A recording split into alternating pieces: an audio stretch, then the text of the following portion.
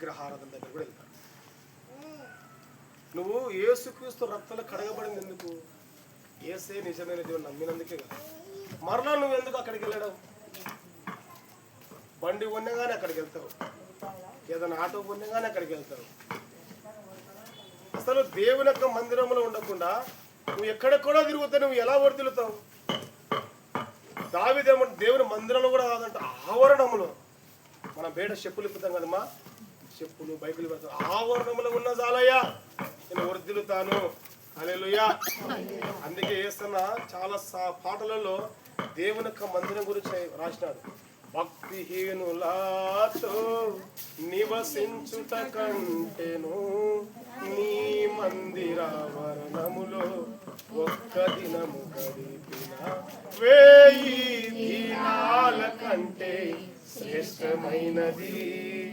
1000 దినాల కంటే శ్రేష్టమైనది. శాశ్వత కృపను నేను తాళంచగా. హల్లెలూయా. దేవుని మందిరంలో ఉంటే మనకు మేలండి. దేవుని మందిరంలో మనం ఎంత గడుపుతే అంత ఆశీర్వాదం. దేవుని మందిరంలో దీవెనలు ఉన్నాయి, ఆశీర్వాదాలు ఉన్నాయి. ఏమండి? దేవుని యొక్క కృప ఉంది, ఆరోగ్యం ఉంది, ఐశ్వర్యం ఉంది, సమాధానం ఉంది, శాంతి ఉంది, అన్ని దేవుని మందిరంలో ఉన్నాయి. దేవుని మందిరంలో ఎంత గడుపుతామో, దేవుని యొక్క మందిరానికి ఎంత మనము సహవాసంగా కలిగి మనం వెళ్తామో అంత ఆశీర్వదించబడతాము. దావీదు ఒక మాట అంటారు, చదువుదాం. కీర్తన గ్రంథము 61వ అధ్యాయం 4వ వచనం చదువుతా. కీర్తన 61:4 వచనం. యుగ యుగములు నేను నీ గుడారములో నివసించాను, నీ రెక్కల చాటున నేను దాగుకుంటున్నాను. యుగ యుగాలు ఆయన ఏం కోరుకుంటున్నాడమ్మా? దేవుని ఆవరణంలో ఉన్న సాలు నేను, దేవుని యొక్క గడప దగ్గర ఉన్న సాలు నేను. దేవుని యొక్క గడప దగ్గర అంటే ఇంకెంత ఆశీర్వాదం అంటే కీర్తన గ్రంథం 118:26 వచనం చదువుదాం. 118:26 వచనం. యెహోవా పేరట వచ్చువాడు ఆశీర్వాదముందును గాక. ఆ యెహోవా మందిరములో నుండి మిమ్మల్ని దీవించుచున్నాము. చాలా చూడండి, దేవుని మందిరంలో ఏమున్నాయమ్మా? దీవెనలు ఉన్నాయి, ఆశీర్వాదాలు ఉన్నాయి. నువ్వు ఎక్కడెక్కడో తిరిగి దేవుడు నన్ను దీవించడం లేదు, దేవుడు నన్ను ఆశీర్వదించడం లేదంటే ఎలా ఆశీర్వదించబడతావు నువ్వు? ఆదివారం పూట దేవుడు ఏ పని చేయొద్దని, ఆదివారం పూట అన్ని పనులు పెట్టుకుంటాము. బట్టలు ఉతికేది అప్పుడే పెట్టుకుంటాము, పొలానికి పోయేది అప్పుడే పెట్టుకుంటాము, ఎక్కడికైనా బంధువుల దగ్గర వెళ్ళడానికి అప్పుడే పెట్టుకుంటాము, అన్నీ అప్పుడే పెట్టుకుంటాం మనం. ఆసాపు ఒక మాట అంటారు చూడండి, ఆ కీర్తన గ్రంథము 52వ అధ్యాయం 8వ వచనం. 52:8 వచనం. 52:8 వచనం. నేనైతే ఆ దేవుని మందిరంలో పచ్చని ఒలీవ చెట్టు వలె ఉన్నారంట. హల్లెలూయా. చూడండి, దావీదు ఏమంటున్నాడమ్మా? దేవుని మందిరంలో ఉంటే మనం ఫలిస్తామంట. ఎప్పుడు మన జీవితం ఎలా ఉంటే పచ్చగా ఉంటుంది. పచ్చగా అంటే పచ్చగా వచ్చాయని కాదు, ఎప్పుడు మనం ఎలా ఉంటామంటే ఆశీర్వాదకరంగా ఉంటామంట, దీవించబడే ఉంటామంట. ఎండిపోయిన అనుభవాలు కనపడవు మన జీవితంలో. ఈ చెట్టు ఉంది, వేసవికాలం వచ్చే బాగా పూత వచ్చాది, వేసవికాలం అయిపోతే ఎండిపోతాయి. కానీ దేవుని మందిరంలో ఎవరైతే ఉంటారో, ఎవరైతే దేవుని మందిరం ఎక్కువ గడుపుతారో, ఆదివారం ఎవరైతే దేవుని యొక్క మందిరంలో ఉంటారో వాళ్ళ జీవితాలు ఎప్పుడు పచ్చగా ఉంటాయి. వాళ్ళ కుటుంబాలు ఎండిపోవు, వాళ్ళ జీవితాలు ఎండిపోవండి. ఎప్పుడు వాళ్ళ జీవితాలు ఏముంటుంటే సమృద్ధి ఉంటుంది, ఆశీర్వాదమే ఉంటుంది. మరి ఈరోజు నువ్వు ఆదివారం వచ్చేసరికి ఎక్కడ ఉంటున్నావు? ఒక్కసారి ఆలోచన చేసి. దేవుని యొక్క మందిరంలో నువ్వు ఉన్నావంటే ఖచ్చితంగా నువ్వు ఆస్వాదించబడతావు. ఎలాగంటే కోరో కుమారుల వలె, దావీదు వలె అంట ఎప్పుడు నీ జీవితం పచ్చగానే ఉంటుంది. వాడిపోయిన అనుభవాలు ఉండవు, ఎండిపోయిన అనుభవాలు ఉండవు. నువ్వు ఎలా ఉంటావంటే ఎప్పుడు ఇతరులకు అప్పించే విధంగానే ఉంటావు, అని అప్పు చేసేవారిగా నువ్వు ఉండవు. నీ కుటుంబం ఎప్పుడు ఏమవుతాయంటే దినదినము నానాడికి దావీదు కుటుంబం వల్లే అభివృద్ధి చెందుతూనే ఉంటుంది, కానీ సౌలు కుటుంబం వల్ల దిగజారిపోతుంది. చూడండి, నాగాలాండ్ అనే రాష్ట్రం ఉంది మన దేశంలోనే. ఆదివారం వచ్చి అంట ఆ రాష్ట్రంలో రోడ్డు మీద ఒక్క మనిషి లేడు.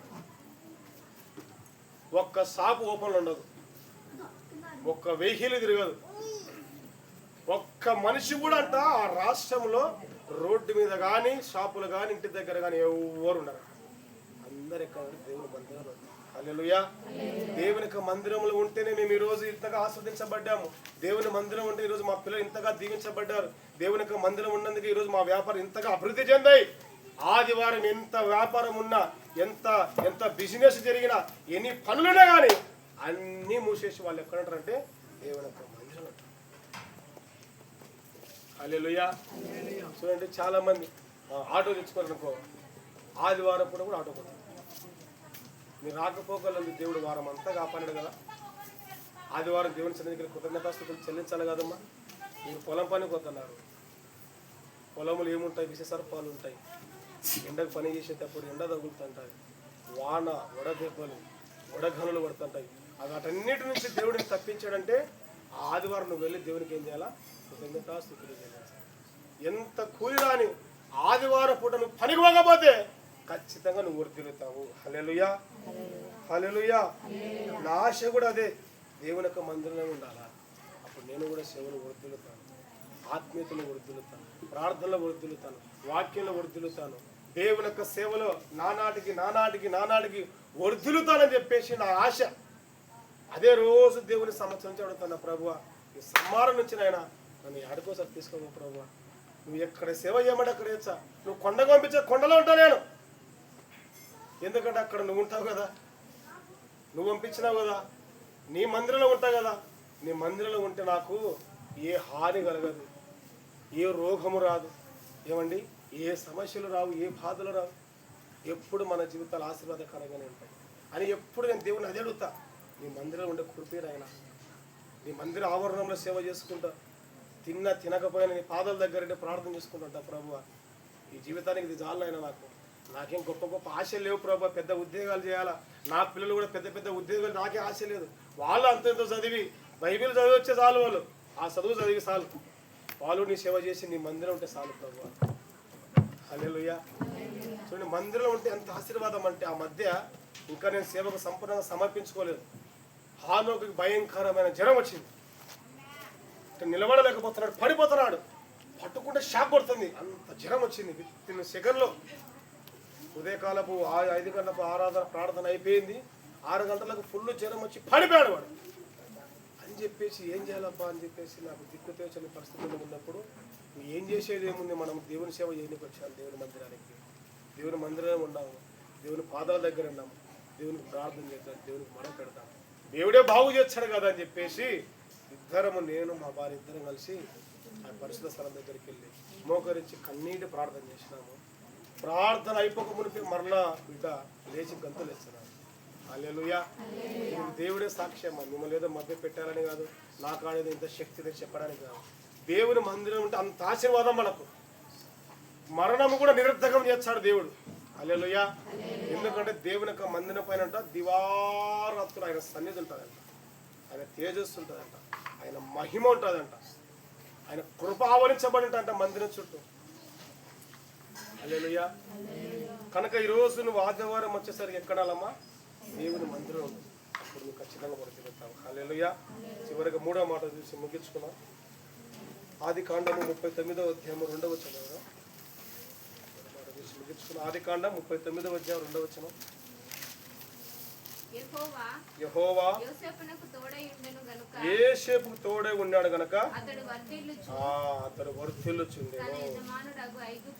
చాలక్క చూడండి, 3వదిగా నీవు నేను వర్ధిల్లాలంటే ఏముండాలమ్మా? దేవుడు మనకు తోడున్నాడా? హల్లెలూయా. దేవుని తోడు లేకుండా ఈ లోకంలో ఏ మనిషి బతకలేడు, ఏ మనిషి జీవించలేడు, ఊపిరి కూడా పీల్చుకోలేడు దేవుడు తోడు లేకపోతే. ఈరోజు మనమందరం బ్రతికున్నామంటే, ఈరోజు మనమందరం ఈ అపాయం రాకుండా, ఏమండి ఏ మరణకరమైన రోగాలు రాకుండా దేవుని యొక్క సన్నిధానికి వచ్చామంటే అంతో ఇంతో దేవుని యొక్క సన్నిధి మనకు తోడుండబట్టే. ఈరోజు ఐగుప్తు దేశంలో యోసేపు ఏ రీతిగా వర్ధిల్లాడండి. ఆ దేశానికి వెళ్ళేటప్పుడు ఎలా వెళ్ళాడు? సంతలో అమ్మబడ్డాడు ఆయన. ఆ దేశానికి పోతీఫర్ ఇంటికి ఒక పని మనిషిగా వెళ్ళాడు. ఒక పని మనిషిగా మట్టి పని చేసుకుంటూ, ఇంట్లో చాకిరి పని చేసుకుంటూ, ఏమంటే బానిసగా పని చేసుకుంటూ, తర్వాత పోతుపరి ఇంటి పైన ఏమయ్యాడు? నాయకుడైనాడు. తర్వాత ఏమైపోయాడంటే ఆ దేశానికే ప్రధానమంత్రి అయినా. అంతగా వర్ధిల్లాడు. బానిస నుంచి ప్రధానమంత్రి అంతటికి యోసేపు ఏమైపోయాడంటే వర్ధిల్లాడు. ఈరోజు నువ్వు వర్ధిల్లాలంటే దేవుడు నీకు తోడుండాల, దేవుని యొక్క సన్నిధి నీకు తోడుండాల. అందుకే మోషే ఒక మాట అంటాడు, చదువుదాం. నిర్గమకాండం 33వ అధ్యాయము 14-15 వచనాలు. అందుకు ఆయన నా సన్నిధి నీకు తోడుగా వచ్చును, నేను నీకు విశ్రాంతి కలుగజేతను అనగా, మోషే నీ సన్నిధి రాకపోతే ఇక్కడ నుండి మమ్మల్ని తోలుకొని పోవద్దు. హల్లెలూయా. మోషే ఎవరండి? ఇశ్రాయేలుకు పరిపాలన చేసే నాయకుడు ఆయన. మోషే ఏమంటున్నాడు? దేవా, నువ్వు గనక నాతో పాటు రాకపోతే, దేవుని సన్నిధి అంటే దేవుని యొక్క నీడ ఉందంటే దేవుడు ఉంటేనే. ఇప్పుడు నేనున్నా ఈడేం కనపడుతుందమ్మా? నేను లేకపోతే నీడ ఉంటుందా? నీడ అంటే దేవుని సన్నిధి అంటే దేవుని నీడ అంటే దేవుడే ఉన్నట్టు. నీవు గనక రాకపోతే ఈ నుంచి మమ్మల్ని తోలుకొని పోవద్దు. ఎందుకంటే మోషేకు తెలుసు, దేవుడు లేకుండా అడుగు కూడా ముందుకు వెళ్ళలేము. మనం దేవుడు లేకపోతే కనాను చేరలేము, దేవుడు లేకపోతే శత్రువుని ఎదిరించలేము, దేవుడికి తోడు లేకపోతే ఎర్ర సముద్రం దాటలేము, దేవుడు తోడు లేకపోతే ఏ శత్రుపైన విజయాన్ని పొందలేము, దేవుడు తోడు లేకపోతే ఈ అరణ్యంలో పోషించబడలేము, దేవుడు తోడు లేకపోతే నీరు కూడా దొరకదు మనకు అని మోషేకు తెలుసు కనుక మోషే అన్నాడు, నీ సన్నిధి వస్తేనే నేను ముందుకెళ్తాను. అంటే ఈరోజు దేవుడు ఒక వ్యక్తికి ఈ లోకంలో దేవుడు తోడు ఉంటేనే ఈ లోకంలో బ్రతకగలడు, ఈ లోకంలో ఆయన జీవించగలడు. ఏ పని చేయాలన్నా, ఎక్కడికి పోవాలన్నా కానీ దేవుడు తోడు లేకపోతే మనం వెళ్ళలేమండి. ఎందుకంటే దేవుడు తోడు లేకపోయాడు అనుకో, పేతురు మొదటి గ్రంథం 5వ అధ్యాయం 6 వచనం అక్కడ చదివితే మనకు, అపవాదిగాడు గర్జించ సింహమలే ఎవరిని మింగుదునా అని తిరుగుతాడు. వారి బారి నుంచి తప్పించబడాలా మనం అంటే దేవుడు మనకు తోడుండాలి. శ్రమల నుంచి తప్పించబడాలంటే దేవుడు మనకు తోడుండాలి. రోగాల నుంచి మనం బయటపడాలంటే దేవుడు తోడుండాలి. అసలు దేవుడు తోడు లేకపోతే మన ఈ లోకంలో అసలు బతకలేమండి. ఈ రోజు వరకు బతికున్నామంటే దేవుడు తోడుండబట్టే, ఆయన సన్నిధి మనతో ఉండబట్టే. చూడండి, యేసుక్రీస్తు ప్రభువు ఒక మాట అంటారు, చదువుదాం ఒక మాట. యోహాను సువార్త 14వ అధ్యాయం 5వ వచనం. యోహాను సువార్త 14వ అధ్యాయం 5వ వచనం. అందుకు తోమా, ప్రభువా, ఎక్కడికి వెళ్ళుచున్నామో మాకు తెలియదే. యోహాను సువార్త 14:5 అదేనక్క, చదువుక.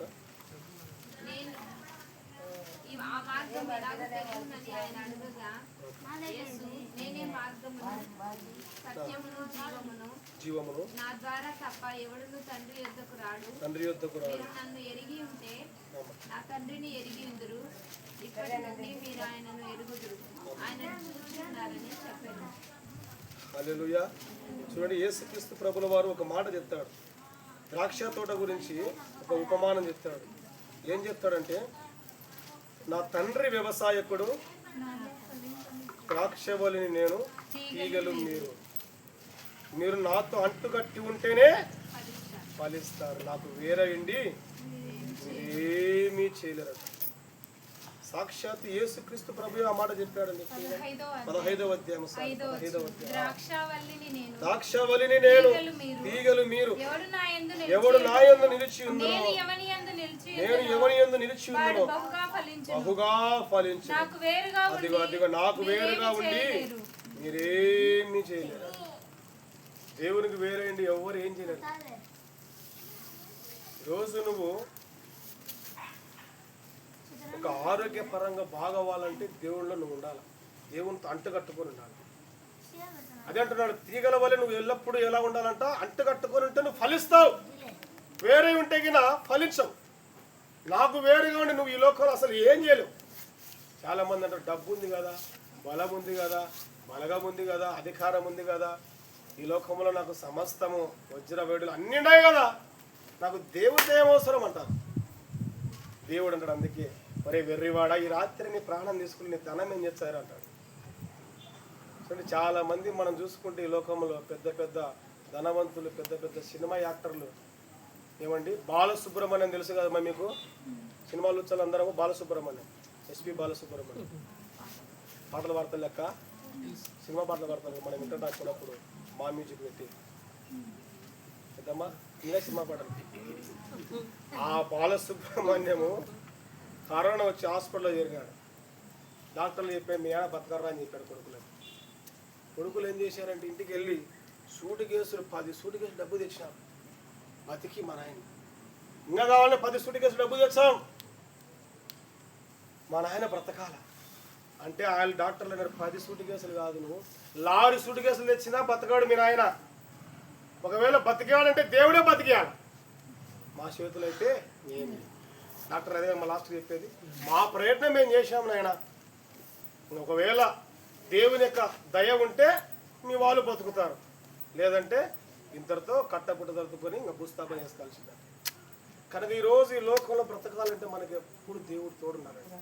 అసలు దేవుడు ఎవరికి తోడుంటారంటే దేవుని ఆజ్ఞలు పాటించేవారు, దేవుడి యొక్క సన్నిధానంలో జీవించే వారికి, దేవుని పేరు ఆధారపడిన వారికి, దేవుని నమ్ముకున్న వారికి, దేవుని హత్తుకొని ఏమండి ద్రాక్షవల్లి తీగ ఇలా హత్తుకుంటే అలా హత్తుకొని ఉన్న వారికి దేవుడు ఎప్పుడు తోడుంటాడంట. చూడు యాకోబుకు ఎలా దేవుడు తోడున్నాడో చూద్దాం, ఒక మాట చూసి ముగించుకుందాం. ఆదికాండం 30వ అధ్యాయము, ఆదికాండం 30వ అధ్యాయము 43వ వచనం చదువుదాం.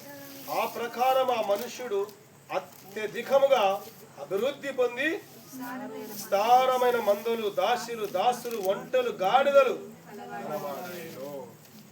యాకోబు గురించి చెప్పబడిన మాట ఇది.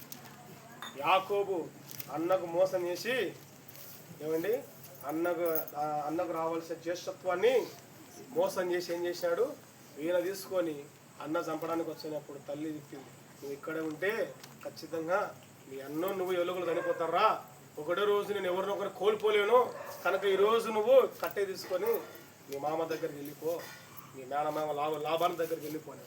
ఒక కర్ర ఇచ్చింది ఆమె తల్లి పోయేటప్పుడు, పోయేటప్పుడు కర్ర తీసుకొని పోయాడు యాకోబు. వచ్చేటప్పుడు ఎలా వచ్చినట్టండి, దాసీలతో, గొర్రెలతో, ఏమండి మందలతో, ఎద్దులతో, విస్తారమైన మందులు, దాసులు, ఒంటెలు, గాడిదలు గలవాడాయనంట. కారణం ఏమిటంటే ఎందుకు అంతగా యాకోబు మరి వాళ్ళ మామ దగ్గర అంతగా అభివృద్ధి చెందాడు, అంతగా ఆశీర్వదించబడ్డాడు అంటే కారణం ఒకటే. చూడండి అక్కడ ఒక మాట,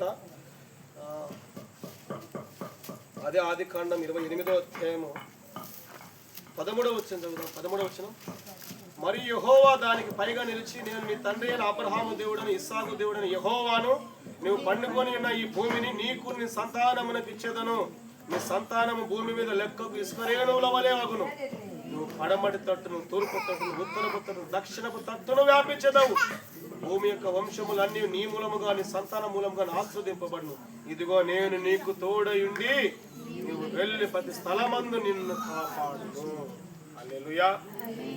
దేవుడు వాగ్దానం ఇచ్చాడు, యాకోబు నీకు నేను తోడుంటా, నువ్వు తూర్పు తట్టుకు వెళ్ళినా అభివృద్ధి చెందుతావు, పడమర తట్టుకు వెళ్ళినా అభివృద్ధి చెందుతావు, ఏమండి ఉత్తరపు తట్టుకు వెళ్ళినా అభివృద్ధి చెందుతావు, దక్షిణపు తట్టుకు వెళ్ళినా, ఎక్కడికి వెళ్ళినా భూమి మీద నువ్వు అభివృద్ధి చెందుతావు. ఎందుకంటే నేను నీకు తోడుని, నిన్ను నేను ఆశీర్వదిస్తాను, నిన్ను నేను కాపాడుతానన్నాడు.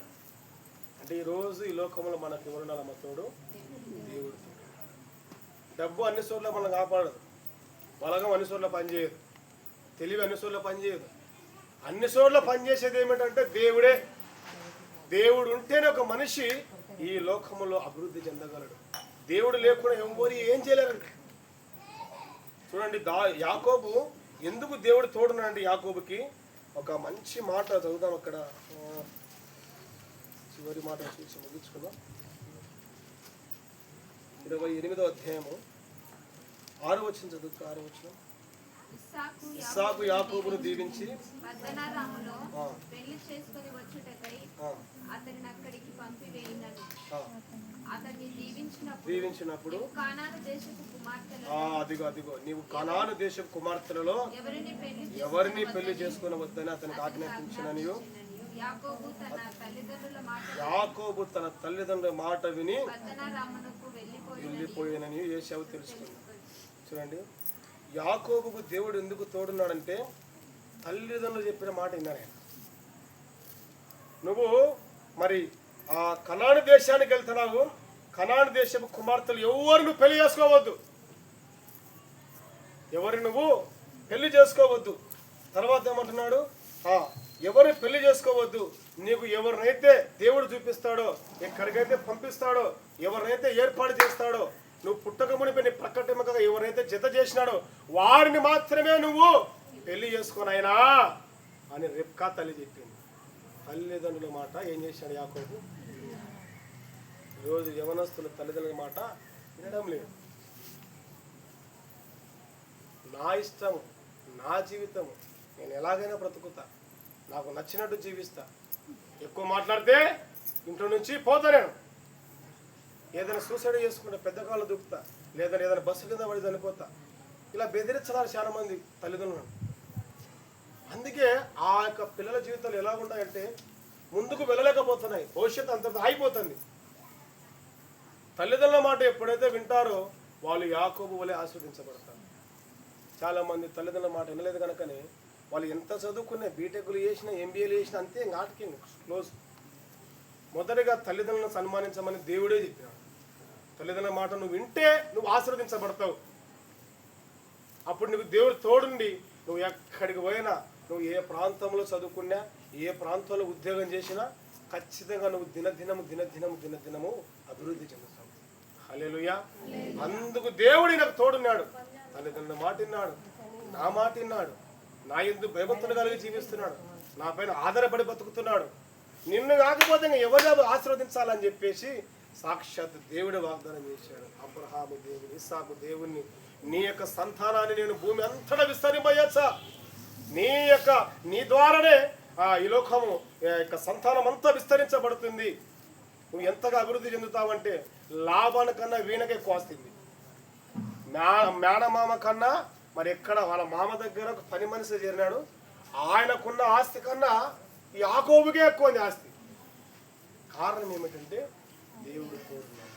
ఈరోజు దేవుడు నీకు తోడుంటే నీ వ్యాపారం అభివృద్ధి చెందుతావు, నీ ఉద్యోగం ఆస్వాదించబడతావు, నీ పంట సమృద్ధిగా పండుతాయి, నీకు ఆరోగ్యము కలుగుతారు, నువ్వు చదువులలో ఉన్నత శిఖరాలకు ఎక్కుతావు, ప్రతి విషయంలో నువ్వు వర్ధిల్లుతావు. ఎప్పుడంటే దేవుడు నీకు తోడు ఉండినప్పుడు. హల్లెలూయా. మీకందరికీ దేవుడు తోడే ఉండును గాక. మీరందరూ దేవుని యొక్క సన్నిధిలో అతిక్రమను ఒప్పుకొని విడిచిపెట్టి దేవుని చేత మీరు వర్ధిల్లుదురుగాక. మీరు నిత్యము దేవుని యొక్క మందిరములో ఉందురుగాక. అన్ని విషయాలు దేవుడు మిమ్మల్ని అందరూ వర్ధిల్ల చేయునుగాక. హల్లెలూయా. చెప్తాం హల్లెలూయా. కొద్ది మాటలు దేవుడు దీవించి ఆశీర్వదించునుగాక. మోకరించుదాం, ప్రార్థన చేసుకుందాం. దయచేసి మా గురించి కూడా ప్రార్థన చేయండి. ఎందుకంటే మరి ఉన్న ఉద్యోగాలు మానుకొని మరి దేవుని సేవ చేయాలని చెప్పేసి సంపూర్ణంగా మరి సమర్పించుకున్నాము. మరి మా జీవితంలో కూడా ఎన్నో మరి శ్రమలు, ఎన్నో శోధనలు, ఎన్నో అవమానాలు, ఎన్నో నిందలు వస్తున్నాయి. మరి ఎన్ని ఏమొచ్చినా కానీ మేము సేవలోంచి తొలగిపోకుండా దేవుని కోసము ఆయన రాకడ వరకు, మా మరణము వరకు దేవుని యొక్క సేవలో మేము తుది శ్వాస వరకు నిలబడేటట్టు, దేవుని చిత్త ప్రకారం సేవ చేసేటట్టు నా గురించి, మరి నా భార్య గురించి, నా పిల్లల గురించి ప్రార్థన చేయండి. ప్రతి వారము దేవుని యొక్క సన్నిధానంలో, స్థలంలో ప్రార్థన కూడిక జరగాలని కూడా ప్రార్థన చేయండి. ఎందుకంటే ఒక సేవకుడి ద్వారా ఒక గ్రామంలో కూడిక జరిగితే అది గ్రామానికి ఎంతో ఆశీర్వాదకరం. ఎందుకంటే ఆనాడు ఎలీషా ప్రవక్త మరి ఆ యొక్క గిలాదు పట్టణంలో ఉన్న రోజులు మరి గ్రామంలో, ఆ పట్టణంలో ఏ రోగము లేదు, ఏ శ్రమలు లేవు, ఏ బాధలు లేవు. ఎప్పుడైతే గిలాదు పట్టణాన్ని ఎలీషా ప్రవక్త వదిలి వెళ్ళాడో ఆ రోజు నుంచి క్షామాలు వెంటాడాయి. అంటే కరువులు, రోగాలు, మరణాలు వెంటాడాయి. అపవాదిగాడు విలయ తాండవం చేశాడు ఆ యొక్క పట్టణంలో.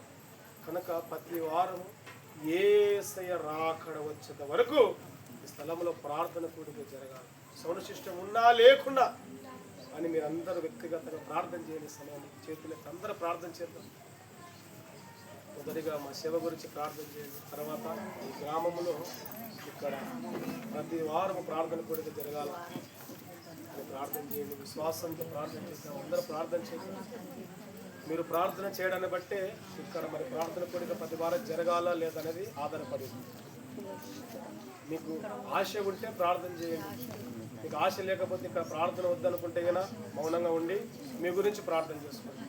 లేదయ్యా ఇక్కడ ప్రార్థన ప్రతి వారం జరగాలయ్యా, గ్రామానికి ఆశీర్వాదం అనుకుంటే కనుక చేతులెత్తి దగ్గరగా ప్రార్థన చేయాలి. అయ్యా అయ్యా ఎన్ని శ్రమలు వచ్చినా, ఎన్ని శోధనలు వచ్చినా తండ్రి, ఏవి ఉన్నా లేకున్నా, సౌండ్ సిస్టమ్ ఉన్నా లేకున్నా అయ్యా ప్రభు మేమందరం చిన్న మందగా కూడుకొని అయ్యా ప్రతి వారము ప్రతి శుక్రవారం అయ్యా ఇక్కడ ప్రార్థన కూడిక జరిపించటం తండ్రి అయ్యా గొప్ప కృప మాకు దయచేయనైనా అందరం ప్రార్థన చేద్దాం. విశ్వాసత చేతులెత్తి హల్లెలూయా హల్లెలూయా హల్లెలూయా హల్లెలూయా హల్లెలూయా స్తోత్రమయ్యా స్తోత్రమయ్యా స్తోత్రమయ్యా స్తోత్రమయ్యా స్తోత్రమయ్యా తండ్రి నైనా ప్రభువా నీ అనాది సంకల్పం నీ ప్రణాళిక చొప్పున ప్రభువా ఈ యొక్క స్థలములోనైనా గడిచిన 2 సంవత్సరాల నుంచి తండ్రి అయ్యా ప్రతి వారమయ్యా తండ్రి ఉపవాస ప్రార్థన కూడికనయ్యా మీ నామ మహిమార్థమే మీరు జరిగిస్తున్నందుకు స్తోత్రం. మీ చిత్త ప్రకారము జరిగిస్తున్నందుకు స్తోత్రము అయ్యా. మధ్యలో తండ్రి ఎన్నోనైనా ఆటంకాలు వస్తున్నాయి, ఎన్నో నమ్మక ద్రోహాలు జరుగుతున్నాయి ప్రభువా. సేవల ప్రభు ఎంతగానో అడ్డంకులు వస్తున్నాయి తండ్రి, వాటన్నిటి తొలగించుకొని ప్రభువా అయ్యా నేటి వరకు ఇక్కడ తండ్రి ఈ ఉపవాస ప్రార్థన కూడికలు ప్రభువా మీరు జరిగిస్తున్నందుకు నీకు స్తోత్రాలు నైనా. అయ్యా ప్రభు నీ యొక్క ప్రణాళిక ఉంటే నీ చిత్తం ఉంటే నైనా అయ్యా మా మరణం వరకు నీ రాకడ వరకు అయ్యా స్థలంలో ప్రభువా ఉపవాస ప్రార్థన కూడికలు జరిగించండి నాయనా. అయ్యా నీ పాదాలు పట్టుకుని వేడుకుంటున్నాము తండ్రి. కృప చూపండి అయ్యా, కృప చూపండి అయ్యా, కృప చూపండి అయ్యా, సహాయం చేయమని వేడుకుంటున్నాము అయ్యా తండ్రి. మా ప్రార్థన మొరకు మీరు ఉత్తరము దయచేయమని వేడుకొనుచున్నాము తండ్రి. స్తోత్రము స్తోత్రము. గిలాదు పట్టణములో ఎలీషా ఉన్ననాలు ప్రభువా ఆ యొక్క పట్టణములో తండ్రి ఏ రోగాలు లేవు, ఏ మరణాలు లేవు, ఏ ప్రభయస కరువు కాటకాలు లేవు, ఏ కొరతలు లేవయ్యా. మరి ప్రవక్తను ఎంతో అవమానపరిచారు, ఎంతో హీనపరిచారు, ఎంతో దుఃఖపరిచినప్పుడయ్యా ఆ పట్టణాన్ని విడిచి వెళ్ళిపోయినప్పుడయ్యా భయంకరమైన స్థితికి దిగజారిందయ్యా. అలా మా గ్రామాన్ని చేయకుండా నాయన అయ్యా తల్లి నీ కౌగులు నా గ్రామాన్ని దాచుకో ప్రభు. ఈ కూడికల ద్వారా గ్రామంలో ప్రతి ఒక్కరికి మారు మనసు దయచేయమని వేడుకొనుచున్నాము. ప్రతి ఒక్కరి కుటుంబాలు మీరు కట్టమని వేడుకొనుచున్నాము. పడిపోయిన వారు ఎందరో ఉన్నారు ప్రభు. అయ్యా తల్లి మొదటిలో ప్రభు వేస్తే బాగా భక్తి చేసినైనా తర్వాత లోకాశలు శరీరాశలు పాపముల ప్రభు త్రాగుల్లోనైనా ఎందరో ప్రభు మునిగిపోతుందైనా తన యొక్క జీవితాలు పాడు చేసుకుంటున్నారయ్యా. వాళ్ళందరూ ఈ కూడికల ద్వారా మీరు నిలబెట్టమని వేడుకొనుచున్నాము తండ్రి. అయ్యా ప్రభు మొదట పొందుకున్నటువంటి తండ్రి ఆ యొక్క ప్రభు మొదటి ప్రేమను మరలా వాళ్ళకు మీరు దయచేయమని వేడుకొనుచున్నాము. నీతిమంతుడు 7 సార్లు పడిపోయినా మరలా తిరిగి లేస్తాడన్నావు ప్రభువా. అలాగే ప్రభు నిలబెట్టమని వేడుకొనుచున్నాం. ఈ కూడికల ద్వారా గ్రామంలో తండ్రి ఎవరికైతే అనారోగ్యాలతో బాధపడుతున్నారో వారికి స్వస్థత మీరు దయచేయమని వేడుకొనుచున్నాం. ఈ కూడికల ద్వారా గ్రామంలోనైనా వివాహాలు కాక ఉన్న వారికి వివాహాలు జరిగించమని వేడుకొనుచున్నాం అయ్యా. అయ్యా ఎందరైతే ప్రభువా గర్భఫలాలు లేక ఉన్నారో తండ్రి ఈ కూడికల ద్వారా గర్భఫలం మీరు దయచేయమని కూడా వేడుకొనుచున్నాం. ఎందరికైతే ఆర్థిక ఇబ్బందులు ఉన్నాయో అప్పుల సమస్యతో నలిగిపోతున్నారో తండ్రి ఈ కూడికల ద్వారా అప్పుల కాడి విరగొట్టమని వేడుకొనుచున్నాం అయ్యా. మా గ్రామంలో ప్రతి ఒక్క కుటుంబంలో నాయన రక్షణ కార్యాన్ని మీరు జరిగించమని వేడుకొనుచున్నాం. మీరు అక్కడికి నా గ్రామాన్ని సిద్ధపరచమని కూడా వేడుకొనుచున్నాం అయ్యా. ప్రభు వచ్చిన ప్రతి ఒక్కరు కూడా పేరు పేరు మీరు దీవించండి, ఆశీర్వదించమని కూడా వేడుకొనుచున్నాము తండ్రి. అదే రీతిగా ప్రభువా ఇంతవరకు నేను వాక్యమైన దేవుడా మరి ప్రభు యేసు అనేక విషయాలు మాతో మాట్లాడి మాకు బోధించినందుకు నీకు స్తోత్రాలు చెల్లిస్తున్నాము తండ్రి. విత్తబడిన ప్రతి మాటను ప్రతి ఒక్కరి హృదయంలో నీరు కట్టి ఫలింపచేయమని వేడుకొనుచున్నాము అయ్యా. ఒక మనిషి వర్ధిల్లాలంటే వాళ్ళ జీవితంలో అతిక్రమలు దాచిపెట్టుకోనకూడదు, వాటిని ఒప్పుకొని విడిచిపెట్టాలంటున్నావు తండ్రి. ఆ తర్వాత ప్రభు నీ మందిరములో ఉండాలంటున్నావు తండ్రి. తర్వాత ప్రభు నువ్వు తోడుంటే ఒక మనిషి ఒక కుటుంబం ప్రభు వర్ధిల్లుతుంది అంటున్నావు ప్రభు. మరి నేను ఆ రీతిగా తండ్రి ప్రభువ చిత్తపడి ప్రతి మాటను ప్రతి ఒక్క హృదయం నిలబెట్టి ప్రభువ నీరు కట్టి ఫలింప చేసి ప్రతి ఒక్కరిని ప్రభువ అన్ని విషయాల్లో మీరు అభివృద్ధి చేయమని ఆశీర్వదించమని వర్ధిల్ల చేయమని వేడుకొనుచున్నాము. ప్రతి ఒక్కరు దీవించమని ఇంతవరకు మంచి వాతావరణం ఇచ్చిన కృతజ్ఞతాస్తుతులు చెల్లిస్తూ మా ప్రభువైన యేసుక్రీస్తు పేరిట ప్రార్థించి వేడుకుంటున్నాము తండ్రి. ఆమేన్. మన ప్రభువైన యేసుక్రీస్తు కృప, తండ్రి అయిన దేవుని ప్రేమ, పరిశుద్ధాత్మక సన్నిధి సహవాసం ఇప్పుడు ఎల్లప్పుడు సదాకాలము తోడి నడిపించును గాక. ఆమేన్.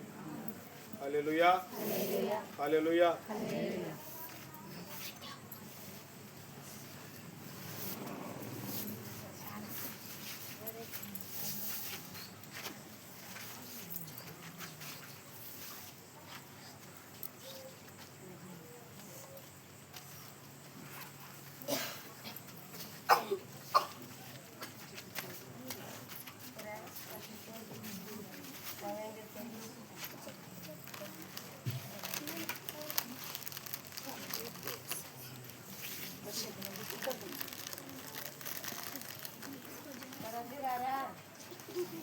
అందరు స్వీట్ తీసుకున్నాక ఒక నిమిషం కుడి చేయి పైకి ఎత్తానమ్మా. ఈరోజు మరి స్వీట్ మరి మనకు అందజేసిన కుటుంబం గురించి, ఆ తల్లి గురించి ప్రార్థన చేద్దాం. ఆ తల్లి కుటుంబంలో తన కుమార్తెను దేవుడు మరి మొదటి సంవత్సరం మంచి మార్కులతో పాస్ చేసినందుకు దేవుని కృతజ్ఞతగా మరి స్వీట్లు ఏర్పాటు చేసింది. మరి మరి దేవుడు ఇంకా ఆ పాపను మరి చదువులో ఇంకా మంచి మార్కులతో మరి దేవుడు ముందుకు నడిపించేటట్టు శ్రేష్టమైన భవిష్యత్తు బిడ్డకు నడిచేసేటట్టు ఆ స్వీట్ తీసుకున్న ప్రార్థన చేస్తామంటారు.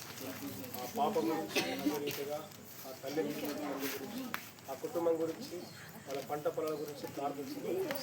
పరిశుద్ధుడా, ప్రేమాస్వరూపి, యువాధిపతి, నీ పాదాలకు వందనాలిస్తున్నానయ్యా. ఇంతవరకు కూడిన తండ్రి మీరు అధ్యక్షత వహించి నామ మహిమార్పణం జరిగించినందుకు మరి నైనా కూడికి అనంతరం వచ్చిన వారందరికీ తండ్రి మరి ప్రభు యేసే తండ్రి మరి నైనా తండ్రి చక్కటి నైనా ప్రభువ మరి స్వీటును ప్రభువ ఏర్పాటు చేసిన తల్లిని దీవించి ఆ తల్లి గారిని దీవించునైనా ఇద్దరికి మంచి ఆరోగ్యాన్ని మీరు దయచేసి తన కుటుంబంలో మీరు చేసినటువంటి మేలులను తలంచుకొని కృతజ్ఞతగా ప్రభువ ఏర్పాటు చేసిన ఆ యొక్క స్వీట్ని మీరు ఆస్వాదించండి అయ్యా. ఆ బిడ్డను ప్రభువ ఇంటర్ మొదటి సంవత్సరంలో మంచి మార్కులతో మీరు పాస్ చేసినందుకయ్యా విశ్వాసంతో కృతజ్ఞత కలిగిన ఆయన స్వీట్ ఏర్పాటు చేసింది. ఆ బిడ్డను దీవించండి. రెండవ సంవత్సరంలో కూడా ప్రభు మంచి మార్కులతో మీరు పాస్ చేయమని వేడుకున్నాం. ఇంకా బిడ్డను ప్రభువ ఒక ఎస్తేరు వలె తండ్రి వర్ధిల్ల చేయమని వేడుకొని వచ్చినాను. ఆ కుటుంబంలో ప్రభు పాడి పంటలను దీవించండి. వేసిన ప్రతి మొక్కను మొలకెత్తించండి. చక్కని పంట దిగుబడి దయచేయండి తండ్రి. ఇంకా ఆ కుటుంబంలో అనేక అద్భుతమైన కార్యాలు, నూతన కార్యాలు మీరు జరిగించమని యేసుక్రీస్తు పేరిట ప్రార్థించి వేడుకుంటున్నాము తండ్రి. ఆమేన్. మీ అందరికీ వందనాలమ్మ.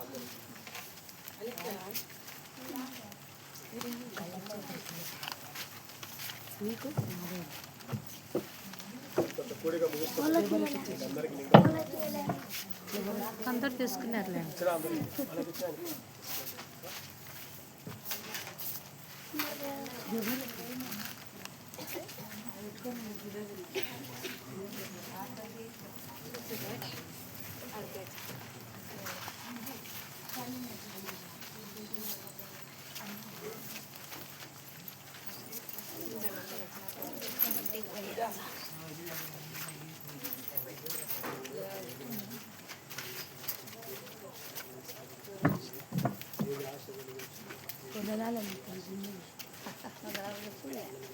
అర్థం చేసుకో.